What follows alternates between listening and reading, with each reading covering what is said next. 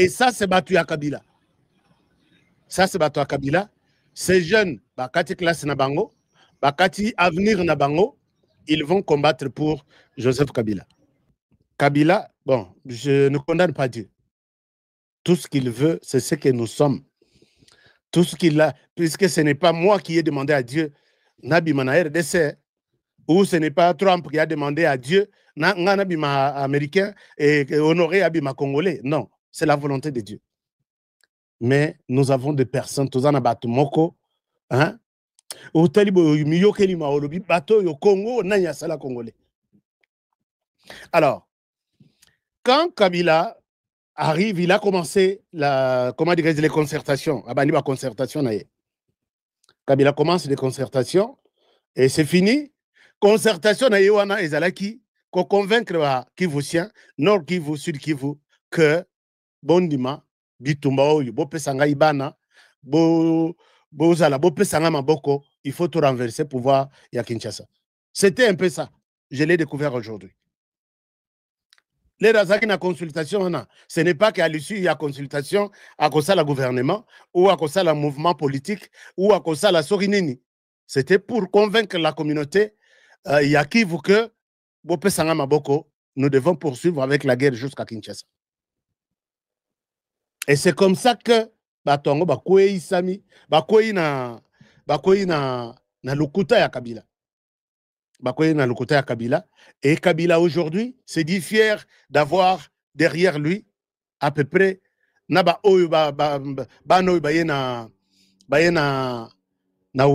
Rwanda. Regardez, Kabila est en train d'arrêter les enfants ici. Ça, c'est son armée.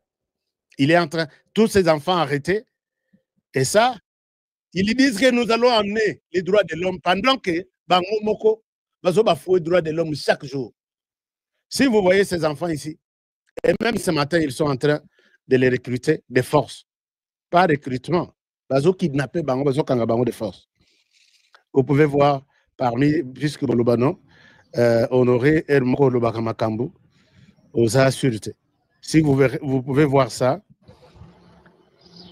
Bazo leka village Mobimba wana sake pembeni ya Goma, donc Bazo leka chaque jour, chaque matin, Bazo lokotaka ndengo wana. Et ça c'est battu à Kabila. Ça c'est battu à Kabila. Ces jeunes, Bakati classe Nabango, Bakati avenir Nabango, ils vont combattre pour Joseph Kabila. Mais évoluons avec la réflexion, chers amis. Alors, pourquoi j'ai dit j'accuse Joseph Kabila ici? Puisque Batonaï Balobi, ils ont les mêmes objectifs. C'est une même pensée, une même vision. Il n'y a pas de différence entre les M23 et l'AFC, ainsi de suite, et Joseph Kabila. Batonaï, Moutou va confirmer. Kabila était en train de préparer son plan Yabitumba. Et là, malgré ce que l'armée rwandaise, les officiers de l'armée rwandaise, ça qui est na Bukavu Balobi, et ça m'a pas si toi attaquer Ouvira. Puisque Ouvira, nous sommes vulnérables d'une manière ou d'une autre. Ce n'est pas seulement les Ouazalènes qui sont à Ouvira, mais il y a aussi les Burundais qui sont là. Ils peuvent déborder et dès que la guerre entre au Rwanda, c'est fini, ils peuvent aller progresser jusqu'au Rwanda. Kabila n'a pas tenu compte de ça. Kabila a organisé Batunaï Nandenga Lingaki. Et pas plus tard que hier, Batongo Babandi Kokota na Ouvira. Na Ouvira, il y a maintenant 3 groupes militaires. 3 groupes militaires. Les anaba militaires au Balati, je vous montre la tenue ya Kabila. Les anaba militaires, il y a FRDC et les anaba Wazalendo. La situation est confuse à Ouvira. Mais ça s'est confirmé encore davantage ce matin quand Joseph Kabila a largué Batunaï Bakiti Bauti Goma. Donc, Banagnon, soit le côté Banagnon, soit Bazakina, Urumanga, Bazakina, Tianzu, ou Bazo Kanga Kanga, Bapesi Bango formation en Bango pendant que Kabila est en train d'assister à ça, Baye, va débarquer na Bauti Goma, Bakiti Bukavu direction Ouvira. Ici, na lobby eza émission et alerte pour que les FRDC Bozalate que Honoré Olobakite. Si quelqu'un ne vous a pas dit ça, moi je vous dis que Ouvir dans ces 48 prochaines heures ou 62 heures, Kabila est déterminé à prendre ça. Alors, c'est comme ça, cette photo, ce n'est pas une photo ramassée que je vous ai placée ici. Peut-être, je vous montre ça. Ce sont des militaires de Kabila avec Apesi Bangoba, uniforme Yassika, et ils sont maintenant. Kabila voulait convaincre, a convaincu Bandeko Est que cette guerre doit être une guerre congolaise et non rwandaise. Ces militaires ont débarqué ce matin. Ils ont débarqué ce matin na port ya Bukavu en provenance de Goma, Bazokende, Uvira. Objectif na bango, Bazo Uvira, selon recommandation à Joseph Kabila, Bazo Uvira, Uvira Fongola Bangonzela, na Kalemi, puisqu'ils veulent prendre tous les Katanga.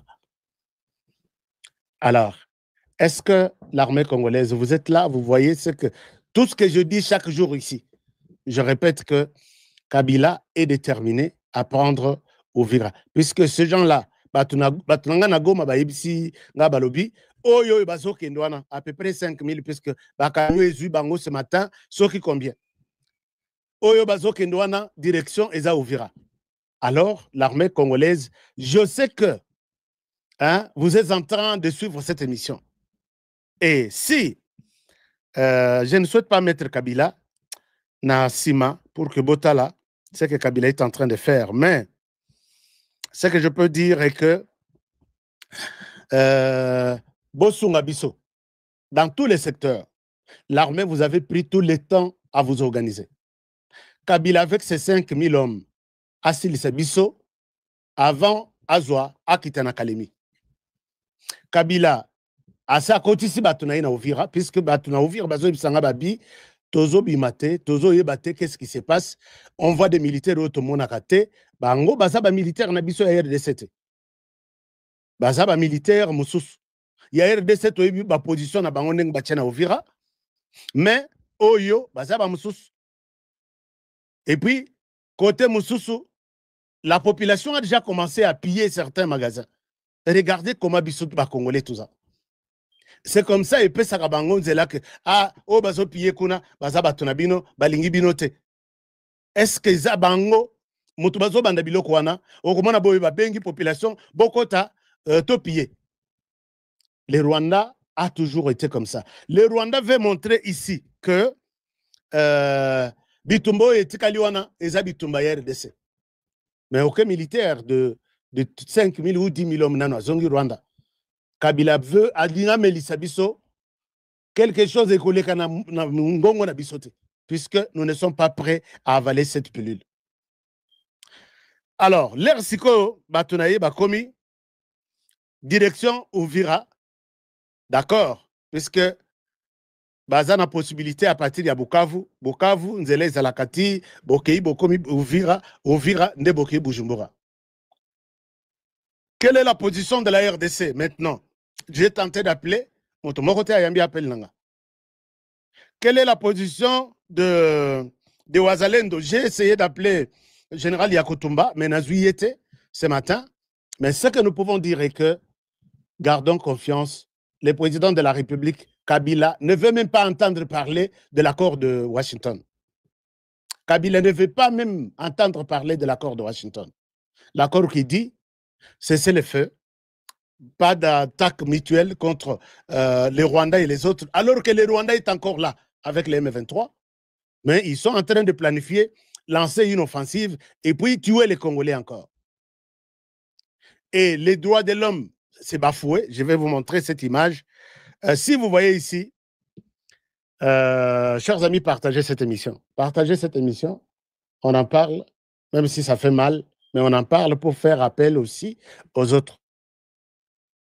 Nazo mon abinoté. Qu'est-ce que vous me dites là? Partagez l'émission.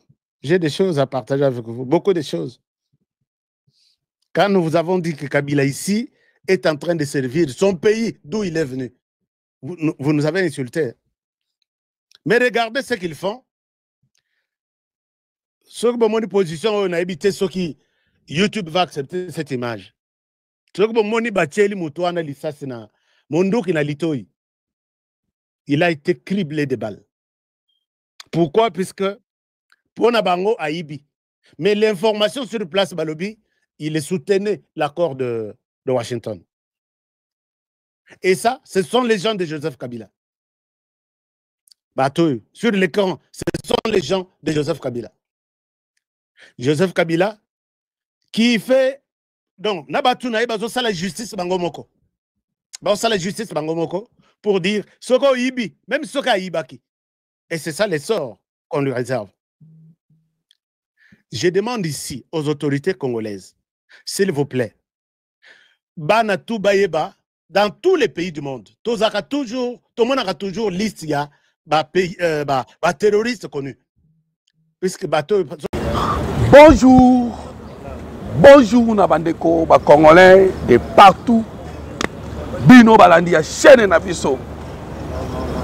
Et c'est un mingi qui a partagé Nabino, Makambo Tali, la République démocratique du Congo, Mboka Nabino, Mboka Nabiso.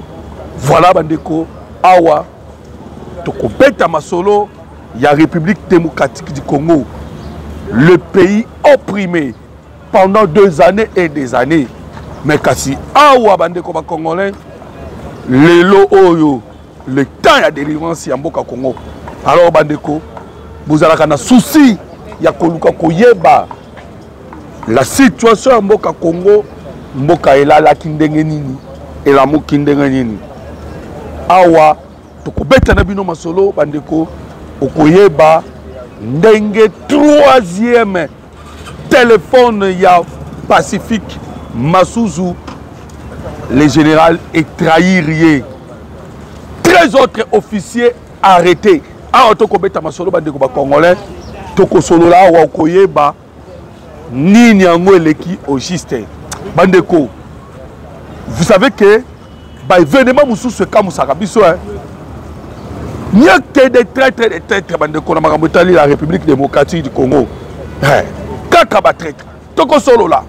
La trahison du 3e téléphone, il y a Pacifique Masuzu. Bandeko, Toko Bete sous Masolo. 13e test. Bandeko. 13 tests de Koloba rejetés par le président Tshisekedi Nadoa. Awa toko beta masolo ya 14e test au Chamina Mesa par la pression américaine. Et toko solo là parce que il y a une délégation, il y a États-Unis d'Amérique, bandeko ba congolais oyo bazali na Doha en ce moment pour discuter na 14e test.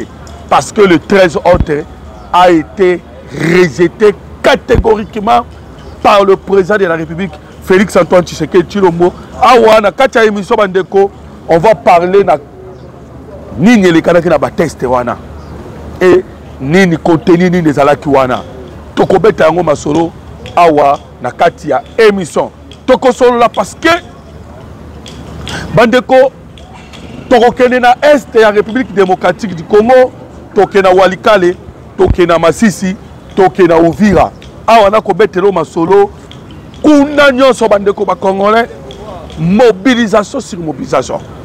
Les Wazalendo bandeko bazo mobiliser. Vous sentez que moral et likolo. Okoka appelle le général Johnny Luboya vient de surprendre.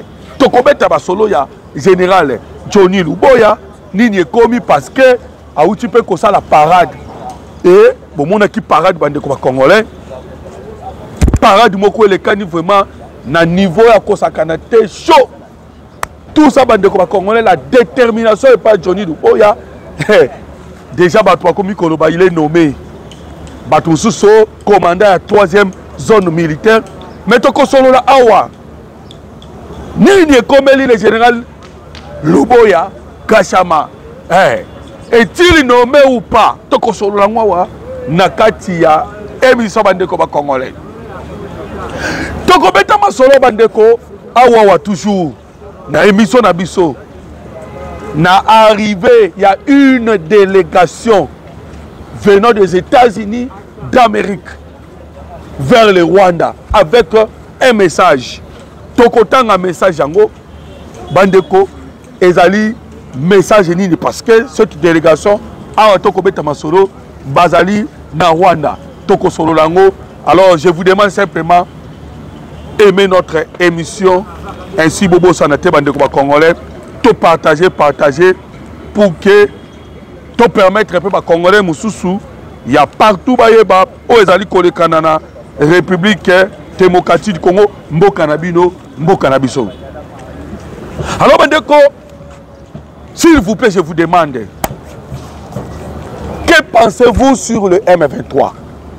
Parce que Tokoloba Awa Masolo Zaliko Betama, on nous rassure que Bisso République démocratique du Congo, on a gagné déjà 90%. Mais parmi les 10% où M23 va gagner, on nous parle que bandeko, selon les sources d'informations que M23 va comme parti politique. Voilà pourquoi nous demandons vos avis. Que pensez-vous? Le président ou bien délégation d'Abisso Ezalina Doha doivent-ils accepter que le M23 va comme un parti politique? Alors, tiens, on va commenter. Il y a une émission qui a commenté ce qui va M23 va comme un parti politique ou pas. Tous les commentaires congolais. Voilà. Le président Tshisekedi dit toujours la position non. Non, non et non. 13 fois. Pourquoi 13 fois? Parce que le M23 n'a coach Paul Kagame. Ce qui a poussé les lotos à Masolo. Il y a un envoyé spécial venant des États-Unis d'Amérique vers le Rwanda. C'est parce que à Otokoloba, la guerre se prépare. Cette fois-ci, Nandenga Kusakanate. Pourquoi? Parce que le Rwandais a Otokobeta sur le terrain. Oyo Bazwana Combo à M23. Le gouvernement congolais, sachant que ce ne sont pas les Congolais, ce sont des Rwandais. Oyo Bazali Sekrana. Gouvernement congolais le dit non. Ils sont allés même demander que Bango basse la protection. Il y a Minembwe. Bazo ba soldat na Bango bacha na Minembwe, ba surveiller à Minembwe. Et le gouvernement congolais comme on a été tina niveau to comme en 2028. Ils doivent rester là. Ils ne vont pas déposer les armes jusqu'à 2028. Plusieurs tests étendus au Congolais. Le seul dossier qui est à la base, restauration de l'autorité de l'État sur la partie est de la République démocratique du Congo. Et le gouvernement Lobino, c'est ainsi que le lobby, na niveau à Qatar, benga kina Kenya pe ayaki par rapport à Masolo Ozali Kolekana na Doha. Tu sais que d'abino coincé Paul Kagame baza sous le ro na mesate. Tellement ils sont coincés. Baye kosenga lisusu l'amnistie. Voilà encore deuxième question bande ko ba congolais. Parce que là aussi le président Tshisekedi a dit non. Pensez-vous que au nom de la paix, Tony Mananou, le M23 AFC Bazoua amnistie? Ça aussi c'est une question. Parce que quand on a commis une amnistie, Paul Kagame a la posa à sauver Sultan Makenga. Kagame a la posa à Zoua Bissimwa, Nanga et des autres. Bapé Sabango amnistie. Alors voilà le point où ils allaient couper ça va troubler à Watokoroba niveau de Doha. Et c'est même qui très décisif. Tobeta Kinabino Masolo, ça qui bino bien que les États-Unis d'Amérique pour Nabango, c'est le 13 novembre ou rien. Et ça le 13 novembre au Bamba qui cause là. Et que de grandes décisions Ezouama, na niveau de Doha. Mais point où français, européen, les point point oyo, l'amnistie envers le rebelle. Et le président Tshisekedi acha mai na vigno tochana nous pose pour na makambu etali le génocide congolais bandeko. Webi que ils veulent blaguer avec les sangs na baï congolais. Baï basaka na makila ba congolais. Donc 13 millions de morts totika ngona nous parce que bango bani paye. Donc oui ba congolais président Tshisekedi atika nanu. Voilà pourquoi na yebi sino kele mokonzi alobi non. Et maye le sili siko na 14e test. Oza siko en ce moment. Qu'est-ce qu'ils vont faire? Et en même temps pe koto yo to ko mobiliser. Na uti ko yebi déjà que si le terrain mobilisation za ba jeté. Déjà aussi to détruire qui bobengaka des systèmes anti-aériens à Rwanda. Tout détruit qui a brillage électronique, missiles solaires, drone kamikaze na bango bazaki nango, dépôt d'armes, parce que munguna zaki kobomba neutralisé. Toujours le dessus du colonne na bango na niveau ya Sud Kivu. Lobby bazoloba, omoni to betaki na bino basolo bandeko ba Congo, to yebisaki bino nini. Batona bazaka na système ya toll and fight. Omoni mikolo basengi moi c'est le faire une semaine. Yo kabiloko basali ba mobiliser batu, ba marcher à pas ko mobiliser batu ba marcher wa to koloba na Minembwe. Ba ke mobiliser batu ba marcher après awa to koloba ba komi sikoyo ko sala état major mususu asika. Il y a un document dans Tanga Kilobi. Il y a M. Kaniki. Qui est M. Kaniki? M. Kaniki Azali, Moko ya Banyamulenge, soi-disant, Oyo Basimbi, armée ya Banyamulenge, Boutaliwa ya Makanika, Oya Kufa. Et c'est ce monsieur-là, Naba Moïse, Niaogabu, Ndeba Komisko Koluka, Kosangisa. Mais je vous dis, Bandeko, hier, tu as récupéré encore des villages, Nassid Kivu, na Uvira. Parce que les Congolais balingaka te tobeta masolo ya ba victoire. Ce que tu as ici bango tozu mboka boy. Tozu village boy. Okoka ka question. Est-ce que bozu Bunagana? Est-ce que bozu Goma? Est-ce que bozu Bukavu? Voilà ma question à Tunaka. Mais ils ne savent pas que RDC azali kosa la guerre na Mukili Mobimba. Mukili Mobimba. Le téléphone oh ezana Mukili Mobimba na poche Mukili Mobimba. Et Mboka Congo azali na production ya coltan 70%. Vous imaginez 70% ya coltan oyo biso to salelaka. Oyo basalelaka mo ba téléphone Mukili Mobimba et utana SARDC. Et okoyoka Israël même a bombé tous. Pourquoi? Parce que ba Israélites ou bientôt le ba Israël basala eye lisu oza na téléphone. Mais jamais Netanyahu azobeta tolo na yango. Alobi que non.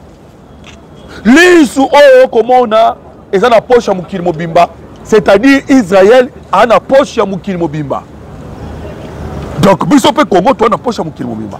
Pourquoi? Parce que pour que bino Israël bossa la lisu, vous avez boaki koluka le coltan congolais. Boaki koluka coltan na Congo. Nous avons minerai facilement. L'obia wa minerai mususu utaki kobima. Germanium. Aux États-Unis d'Amérique, on me dit pourquoi. Aujourd'hui, ce qu'on dit Trump a belli le bouma ya pambate. Bandeko. Soto yobi o Tshisekedi. Bad musuwa comment le babi so jalelo. Vous voyez que Germanium mais ça dans 3 pays dans le monde. Russie, Chine, la République démocratique du Congo. Et Tshisekedi d'abord Germanium ebima. Tshisekedi d'abord Germanium ebima. Tout transformant en Congo. Vous imaginez? Alors, ce qui m'a dit à Kosala Makaba Malamu. Pourquoi les Congolais balingi tolo bayangote? Alors, on a commis terminé ma solo bandeko Congolais. Je vous dis que le président de la République a rejeté 17 nanga bosani kutu 13 tests au bâtiment na mesa pour que ils aient signé il a rejeté cela catégoriquement. Au moins jusqu'au moment de Makambo. Ils ont eu entre la RDC et le Rwanda. Parce que l'accord entre la République démocratique du Congo et le Rwanda, ils ont déjà signé. L'accord Otokobenga, Otozobi sur les cadres d'intégration économique. L'accord économique. Il y a un président qui a mis ça, mais il y a un problème pour quelle signature il y a un accord économique. Et ça, il faut d'abord tout le monde dans l'application, c'est-à-dire les retraits des militaires rwandais dans le sol congolais. Donc le problème est dans la rébellion. La rébellion rwandaise a soutien à la multinationale. Au besoin de Paul Kagame. Et ces multinationales, bande congolais, Bazali et Longo Nanani, et Longo Naba chancellerie étrangère, France, Qatar, surtout. Et Bali Bapesa Siko, la République démocratique du Congo, Pemoko Assembla. Donc Pemoko Boye, Yamouké, Yabongo Bongo. Voilà pourquoi le nom Yamoko Zamboka. Une délégation venant des États-Unis d'Amérique, Yokana Tangela yo, délégation et outil dans le niveau des États-Unis d'Amérique, Bandeko, avec un message pour Paul Kagame. Parce que les États-Unis d'Amérique ont les 13. Wanda Souka. En même temps, les États-Unis d'Amérique ont les 13. Tu sais qu'il peut se préparer déjà à la guerre. Donc, moto ils ont coupé là. Et les États-Unis d'Amérique va préférer, va payer sa chance, Yasuka, na, mais c'est Paul Kagame. Voilà pourquoi les États-Unis d'Amérique attendent une délégation. Et à côté de Kagame, Bayebisa Kagame que le moment ya ngoyo Kagame, Bimisa Basoto na yo na sol congolais, respecter la résolution 27 septembre. Yoka. Ducan Williams, Paola White, Jennifer Kor, Baza Banani, ce sont surtout Bazali. Il y a Madame Otokobenga Paola White, conseillère principale dans le bureau de la foi, il y a Maison Blanche. Et il y a M. Jennifer Korn. Jennifer Korn Azali Nani, il est Azali directrice dans le bureau de la foi. Et puis Ducan Williams. Tous, Bayaki et pas Paul Kagame. Kouta et pas Donald Trump. Kosololana Donald Trump. Pour donner la toute dernière avertissement. Et pas il y a M. Paul Kagame. Bayabisi Kagame Nini. Bandeko, il y a un conflit déjà à niveau il y a Rwanda. Toi, ça va bandeko ba Congolais que Paul Kagame avant d'aller courir Babola ya moto. Kagame avant d'aller courir Babola ya moto. Il y a un conflit déjà dans minute Choto Kobeta Masolo na Rwanda. Paul Kagame tellement qu'il a peur. Aouti kotinda ba officier Hutu. Tindi ki bango surtout na retraite. Tellement Kagame akobanga, Kagame aouti kokanga 4000 églises. Et boyebi que le soutien Mokozamboka et Outaka na Georgie. Vous savez que na Georgie va voter même une résolution pour imposer na M. Donald Trump sur le soutien ya Mokozamboka, Félix Antoine Tshisekedi Tshilombo ainsi que à la République démocratique du Congo. Et Georgie ne va voter qu'à Donald Trump à 100%. Et ces pasteurs au moment où il n'y a pas Paul Kagame. La majorité va passer à la Georgie. Même Kagame message. Si Paul Kagame appliquer la résolution 2773, permettre la paix et contre la République démocratique du Congo. Retirer les soldats. Retirer les R23. Et ndenge na uti koyebisa yo ezali dernière chance oyo bapesi na Paul Kagame oyebi bien baaméricain nde bazalaka bandeko vous connaissez bien ntango baprometaki Iran parce que awa na kobeta lisolo et comme sikoyo genre ya conflit o ezali kokende na genre conflit religieuse na conflit religieuse basé ezalaka te. Trump déjà c'est un pentecôtiste, a déjà positionnement na ye.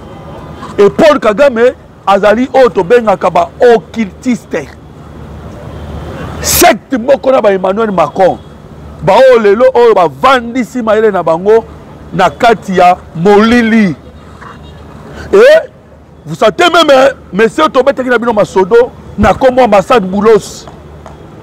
Vous voyez que Massad Boulos déjà ça écarté. Mais tellement qu'il y a relation ya Bokilo na Donald Trump. Boulos azana auto kobenga ba faire na na niveau ya Nigeria. Et na Nigeria, les États-Unis d'Amérique sont déjà prêts à sanctionner Nigeria. Pourquoi? Parce que Nigeria azali na COP a commis koluka baluka ba ça la menace avec le chrétien. Et même système yango déjà na niveau ya Rwanda. Au Rwanda ba koluka ndenge nini ba clouer ba chrétien par Paul Kagame. 4000 églises déjà menacées. Voilà pourquoi recevoir message ou t'es dans la Maison Blanche pour le Kolobela, la liberté de la religion, la liberté de la foi et puis la fin de la guerre. Bandeko, pour Donald Trump, hein, je vous avais dit cela dans ma émission Les Kanaki. Pour Trump déjà pour la guerre et c'est là. Guerre et c'est là. J'ai mis fin à la guerre entre la République démocratique du Congo et le Rwanda. Ayebisa kango beaucoup plus de multinationales oyo bayaka na ba pillage. Ayebisa bango botika. Awa le problème est que tout celui qui veut recevoir le minerai na niveau ya est de la République démocratique du Congo doit passer par la République et yango esengeli salama officiellement. Donc makambo bango bazali kosala ya kuku Trump alingi yango te. Trump alingi so makambo kuku te. Rien qu'officiellement. Voilà maintenant cette pression américaine. Oh ba rocha déjà envers Paul Kagame. Bandeko. Na isa kibinoke mboka na biso oyo eza un pays opprimé. Pays opprimé, Bandeko. Pays moko, on a labouré sur nos dos. Dans la Bible lobby. Kaka bajara ba Israël. L'air de cette bajara monde ba Israël. Nengo monaki Israël soufaki. Jusqu'au point que baki kotia koboma 7 millions de juifs. 7 millions bakoufa. Et nous on a payé prix qu'on les kakoutou ba juifs. Nous, aujourd'hui, tu as commis 15 millions de morts. Mais pas d'Israël, tu as commis 7 millions. Oh, il y a Hitler à Boma. Donc, Paul Kagame coûte plus que Hitler. Kagame est plus que Hitler. Pour abomber déjà 15 millions. Hitler à Boma combien? À combien 15 millions? Voilà pourquoi Bandeko a commis Souka. Détermination, oh, ils allaient le lot, ils allaient jeter. Souka. Donc le 13 novembre, Makambo Sili. Oui, bien, date on a choisi et c'est que ça aille. Parce que à qui Makande le 15 novembre, il y a un année passée. À Wasikoyo, Bazon Iseli date le 13 et pas 30. Total, ce qui a Oki Mansous. Mais cette fois-ci, ce Kagame a Kimi Bobo Sanaï. Mais déjà Kagame a attendu mon ambili 4. Bon, on a photo. Kagame ndenga zana babiloko muswa kacha buna eta boya su eza su bien te. Polobia batabacha mo bo appareil moko bo mona ki ba photo na ye. Soki pe bazui ba michopo mususu balekisango na appareil wana to ebité. Kagame est déjà malade a komi na suka na ye. Soit et biso to ko sambela ke Kagame akufa na liwa ya paisible te. Donc yé vraiment za mutu oyo esengeli to tia maboko. Ni corona na sa moi amon a fait souffrance oyo a memi ou bien oyo a permettre et pas y a ba congolais banyo ko ba dege banyo kwami. Bandeko, vous imaginez que les lots ça la calcul 24,9 millions. Il y a des Congolais dans une situation, il y a difficulté à s'accanter. On a toujours une partie à Est. Et cette difficulté au Boyoki, il y a 24,9 millions. Et où est la guerre? Et où est la guerre? Alors, donc, dès que tu connais Sabino que Tolkien Fike, Bo Solola, Bo Bunda. Tellement qu'il y a une difficulté, Babenaki France, Babengi Qatar, au monde qui me connaît le Kanaki, Baron le matin, midi, soir. Oh non, laissez les faits, cessez les faits, cessez les faits, Toyo qui cessez les faits. Après qu'on a cessé les faits, les actions sont Kubanda. Voilà pourquoi le président Tshisekedi a profité. À chaque fois qu'il y a cessé les faits, on est au vent de ton croisé Maboko. Dès qu'on a cassé au moment où tozali kosebisa minduki ndenge na kale zalaka kosebisa mbeli parce que bitumba mususu elingi banda. Et qu'est-ce que la République démocratique du Congo a sali en ce moment? Dans le moment où cessé les faits, les interpellations et bandits, tobandi na lukota là. Tant que tu perds Goma na Bukavu, dans le moment où cessé les faits, ils ont dit moment où tu profité de ça le recrutement. Ils ont dit moment où tu as profité de passer par la formation.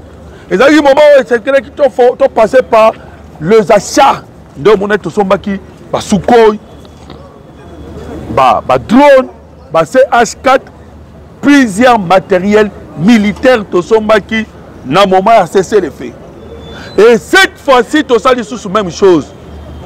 Pour que Munguna Oyo a cessé les faits, au travers de partenaires français, Qatari, tout au Robenga, Mirata Arabini Kuna. Tellement qui cessé les faits, pour Mokozamboka, la pression était vraiment à ma casse. L'Ikola Mokozamboka a toluka solution politique et à Wanase, Ndebomo qui va bengi l'interpellation. Il y a Pacifique Massouzou.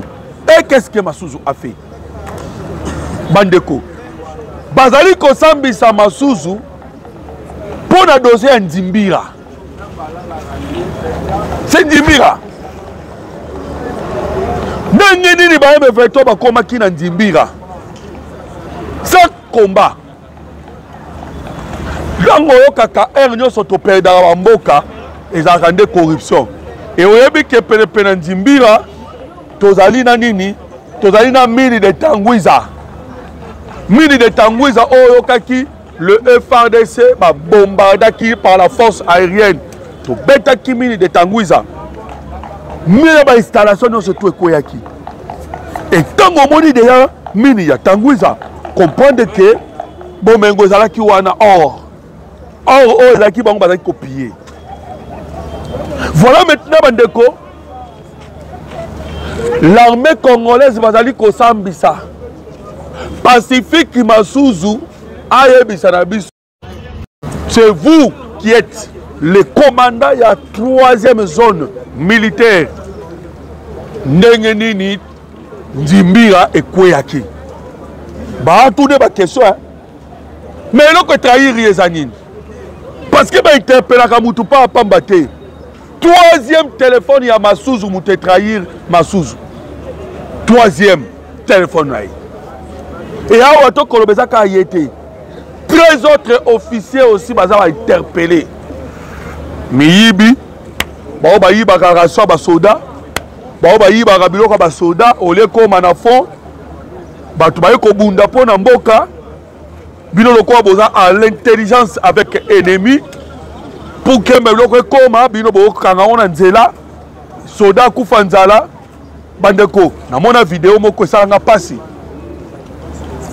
soda zo mi filmer na kati zamba ye moko abi bandeko soki to mona ni lobby soki to mona tana mikolo koya nzambe kaka mais to ponaki to signaki liwa pona mboka place tozali awa maezate ya kolia ezate to beti déjà une semaine. Vous imaginez les souffrances? On va décoller biso basanango. Il y a FARDC. Sacrifice à niveau wana pour na bolingo mboka mais batindi biloko ekoma bino bo détourner yango awa to koloba baza arrêté bandeko Tshisekedi alobaki déjà mokonzi mboka alobaki déjà que à cause de la refonte totale na armée na police partout hey. Tolobaki Vital Kamerhe kenda kete mais il est parti privilégié à sa souté awa siko komi Aimé Bonji hey. Voilà pourquoi bandeko tozali ko saluer Aimé Bonji oyo bientôt sera bandeko le président de l'Assemblée nationale bandeko congolais mutu oyo à recevoir la confiance ya mokonzi mboka pour que aya ko servir la République démocratique du Congo. Alors bandeko congolais, le général Pacifique Massouzou ba interpella qui est ba 3e téléphone au trahir et bimisi makambo ebele. Alors tikana le tolo bana conditionnel, pourquoi? Parce que nanu basisi makambo ko interpeller té.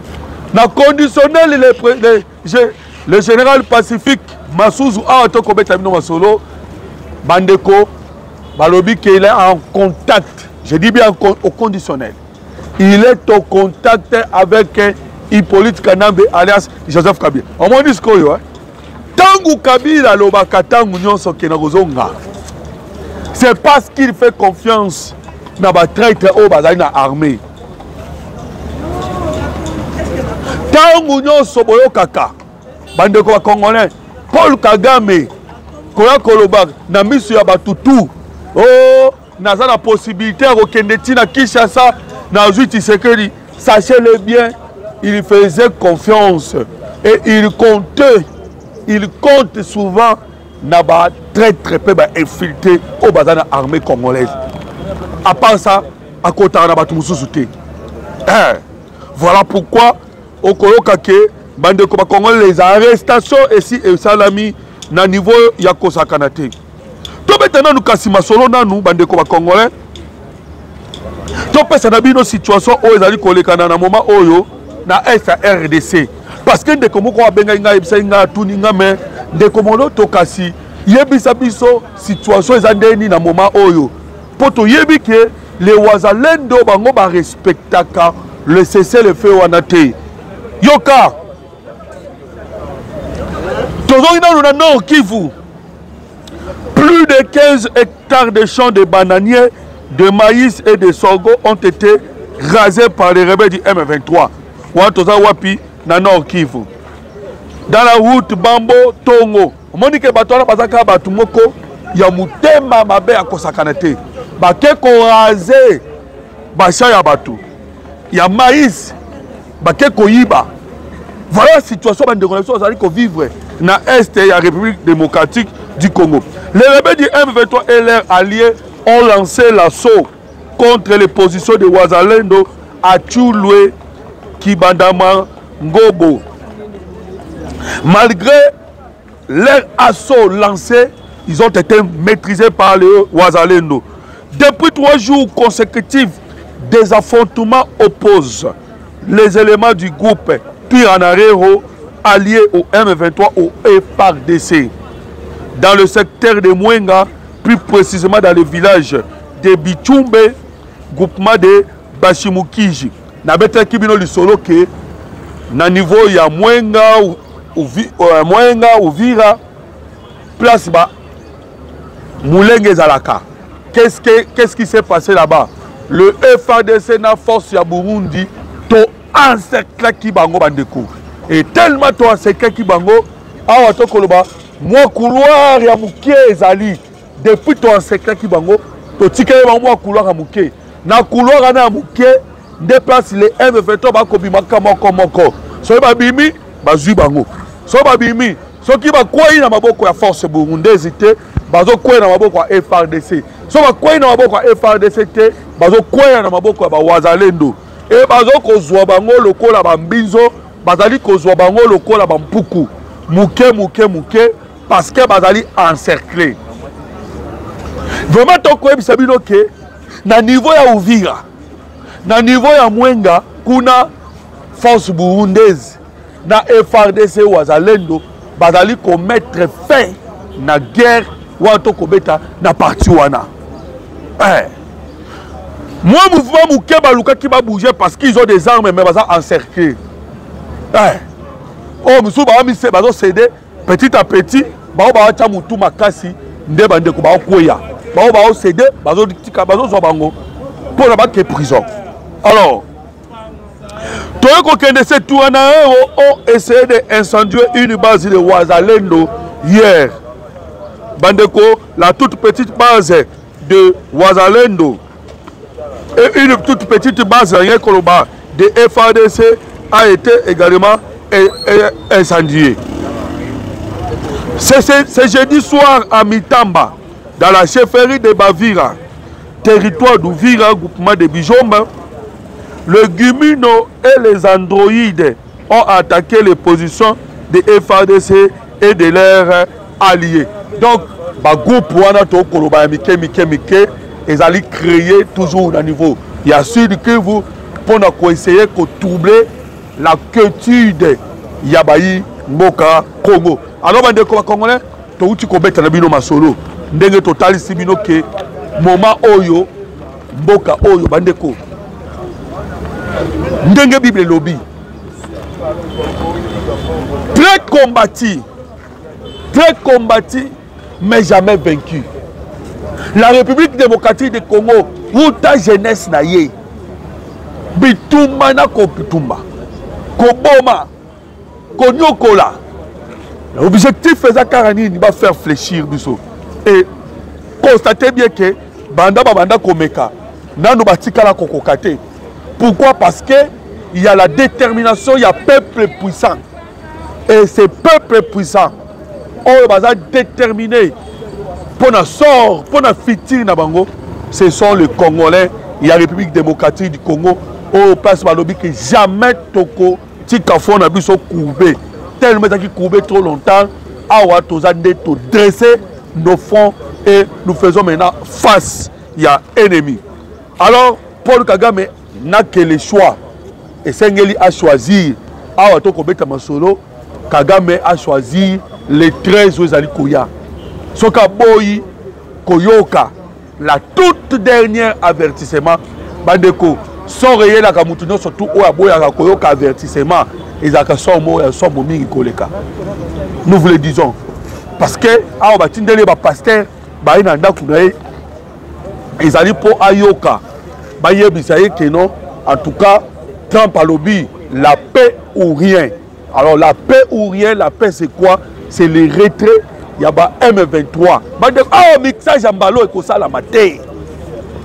Kagame a mata kita mbalao mixage et ça la maté.